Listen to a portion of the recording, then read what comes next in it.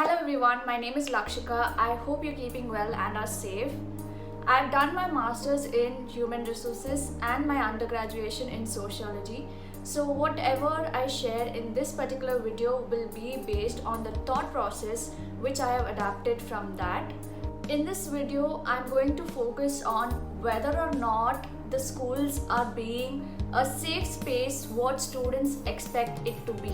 If you're somebody who is really interested in this topic, I would suggest you to sit with a book and a pen and take down notes because I'm going to share a lot of information in this video. It is understandable that everything is a transaction, therefore schools have their own expectations and students have their own expectations as well, right? And it's important to satisfy both of these expectations. Now let's try and understand what exactly do schools expect, right? Schools as such want to inculcate discipline, values, bring in that learning attitude and provide space to explore opportunities, keep their children safe and also build a confident individual. What exactly do students expect? Students expect a safe learning environment by having the opportunity to learn from mistakes, learn from experience, have the freedom to express, have open conversation, feel acknowledged, feel belong, feel accepted and also feel secure. So what are those big no-nos when it comes from the student's perspective? First things first is abuse. There are different types of abuse, we will get into that later, but now let's try and understand what is abuse. Abuse is when someone causes harm or distress, and it can range from disrespect to giving someone physical or mental pain. So now let's start with different kinds of abuse. First things first is physical abuse. What is considered as physical abuse? It starts from hitting, slapping, punching, kicking, biting, rough handling, hair pulling, etc., which is causing physical pain and also mental distress. Sexual abuse. What is considered as sexual abuse? Inappropriate touch, non-consensual penetration, non-consensual masturbation, unsolicited messages, unsolicited comments, rape, sexual assault or attempt to rape. The main thing in institutions which you have to take care about is any sexual activity that the person lacks the capacity to consent to. Sexual photography, forced use of porn or witnessing a sexual act within a premises is considered sexual abuse. Abuse of power and financial abuse, because in most institutions this go hand in hand, right? What is considered as financial abuse? When someone holds power and they are holding a relationship with you only to take advantage of the money you have. Bribing, threatening someone to do something and then taking money out of them. So these are a few kinds of financial abuse which usually happens within a school.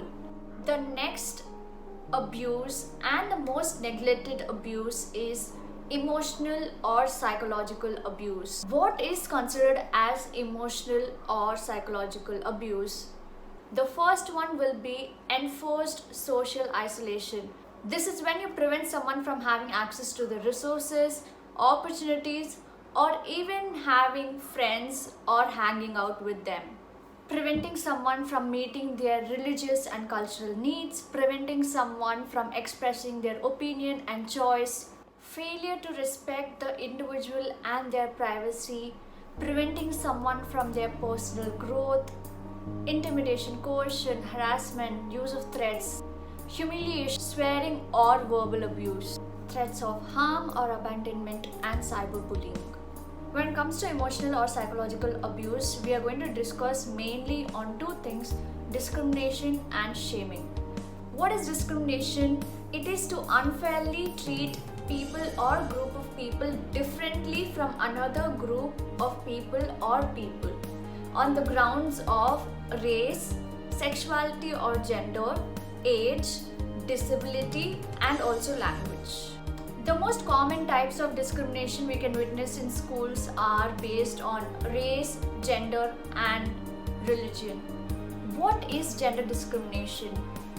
any action that specifically denies opportunities, privileges, or rewards because of gender, or the practice of letting a person's gender be a factor while deciding something.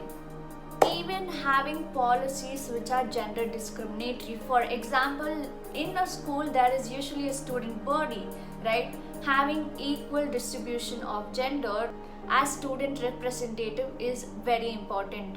And also encourage conversations and friendships when it comes to opposite genders.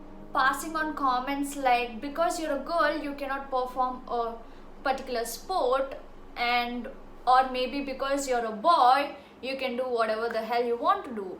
So these are some gender discriminatory practices which is prevalent across various schools. The next thing when it comes to discrimination is racism. You commenting on someone based on their color or their ethnicity is considered racism. For example, stereotyping that a particular race or a particular ethnic group always behave this way, or passing on comments based just on their color or just on their habits or practices. When it comes to religious discrimination, it focuses on the idea of forcing your religious and cultural beliefs on someone and not allowing them to satisfy their religious and cultural needs. It is also important to know that there are cultural and religious practices which we are not allowed to question or mock at. Moving on to shaming. What exactly is shaming? It is the act of subjecting someone publicly to criticism, disrepute, disgrace, or humiliation. Some of the common types of shaming which are prevalent in many schools are body shaming, slut shaming, and public shaming. Body shaming is the practice of humiliating someone by passing on comments or mocks based on their appearance or body. Body shaming includes fat shaming, shaming for thinness, shaming based on height, shaming based on hair color, hair type, and also hairiness, shaming someone based on their body shape, and shaming someone based on their muscularity. Passing on comments like, have you lost weight? You look great, or you finally gained weight in all the right places, or like, I really love your big breasts, or even saying that you should dress according to your body shape. These are few comments which are no longer acceptable and is considered body shaming. They also have a negative impact on mental health and affect the confidence of the individual directly. Moving on to slut shaming. Slut shaming is nothing but you always and always correlating every action of a woman or a girl with the idea of sexual interest, sexual behavior, or attraction as such.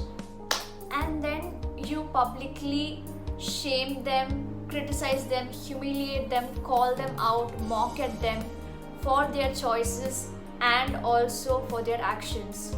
A few examples here would be assuming that a girl is dressing up always with the idea of impressing the opposite gender. Next one would be blaming the girl if someone leaks her nude photos. Or even if there are two people in the relationship, it's usually the girl who's at fault and who's called out and who's slut shamed, saying that she has no other work apart from impressing guys, and also that she does not have values, she does not have disciplines, and that's her only job to do. Passing on comments like, she's only coming to school to impress guys and not to study. Imagine the impact that has on someone's mental health. And also that it is a form of abuse. The next thing would be publicly mocking someone, criticizing someone, or trying to humiliate or shame them. This is also a form of emotional and psychological abuse, because when you're passing on comments like, hey, this person is a consistent poor performer, or hey, this person has performed this action which is totally against the norms of the school, and therefore they are being suspended, and also that these two people are in relationships, so therefore I need to make a big announcement and call up their parents, which in turn has an impact on their mental health both inside the school campus and at their house.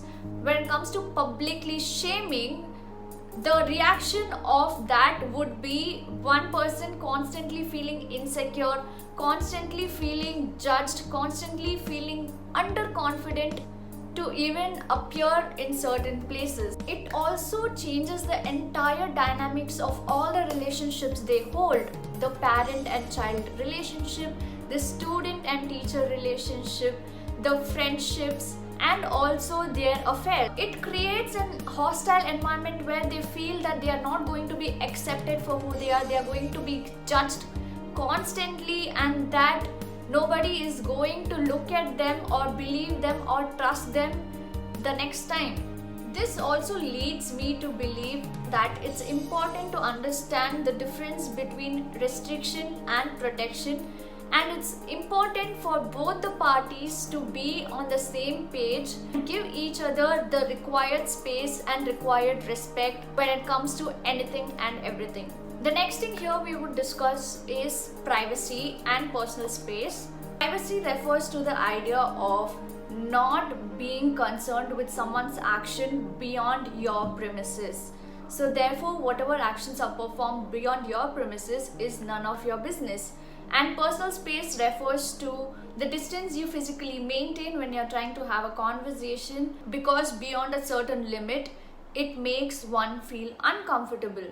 A few examples which breach the privacy and personal space of an individual are hacking into their social media account or forcing them make you a part of their social life, having spies who talk about personal information in the name of being a friend with them, and also gossiping. Moving on, we have identified so many problems. Now it's time to understand what are the few steps an institute can take towards it. First thing you can do is a policy check. It's okay to involve your students in policy making because there are chances for you to avoid discriminatory practices, right? Check if those policies are communicated with every individual in your institute, from non-teaching staff to the students. Check if those policies are updated every 6 months, and ask for feedback when it comes to policies as well. Next thing would be train your staffs.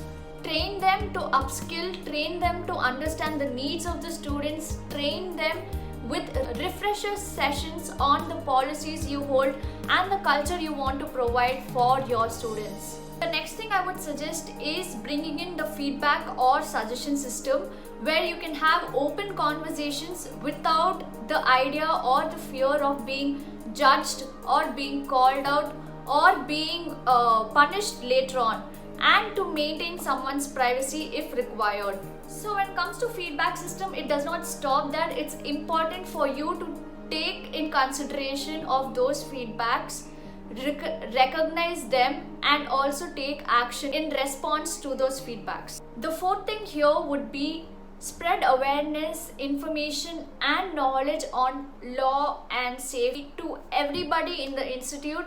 Make it a 6-month or 1-year event which happens, so that every individual knows what their rights are and what actions are punishable. The fifth thing I would suggest here is introduce mentorship in your institute. When it comes to mentorship as such, it's important for the staff to be trained and understand that what should they do as a mentor, and it's important to inform the purpose of mentorship to the students for them to take advantage of it. Mentorship allows a student to focus on their career and their personal development as such, because it's an informal environment and there is a relationship which is built more on the basis of trust. Don't create mentors for your students, rather let your students choose their mentors. The sixth and the most important thing which I believe every school has to practice is spread information and awareness on sexual health and hygiene, mental health, and also physical health. Promote all of these, have an open conversation about them, because it's important for students to know that they are not alone and it is completely normal. By having an open conversation about sexuality, sexual health, sex education, health and hygiene, physical health, and mental health, you are creating a space where children can come and approach you if they are going through some changes and not feel insecure, which also develops confidence within themselves, helps them understand, and keeps them less anxious. The next thing I suggest here would be counseling. I've seen in many schools where the teachers act as counselors, but that does not really work out, because from students' perspective, they feel that they are going to be judged and they are going to be constantly looked at differently because the teachers come and handle one of their subjects, right? And they're going to see them a lot more often. So it's important to have counselors who are nowhere related to the academic part of the individual and who are easily approachable. Counseling will also create a space where they can come and talk about issues which they really cannot talk with their peers or with their faculty. The last and the final thing is involve students in decision making process, especially when it comes to student representatives, right?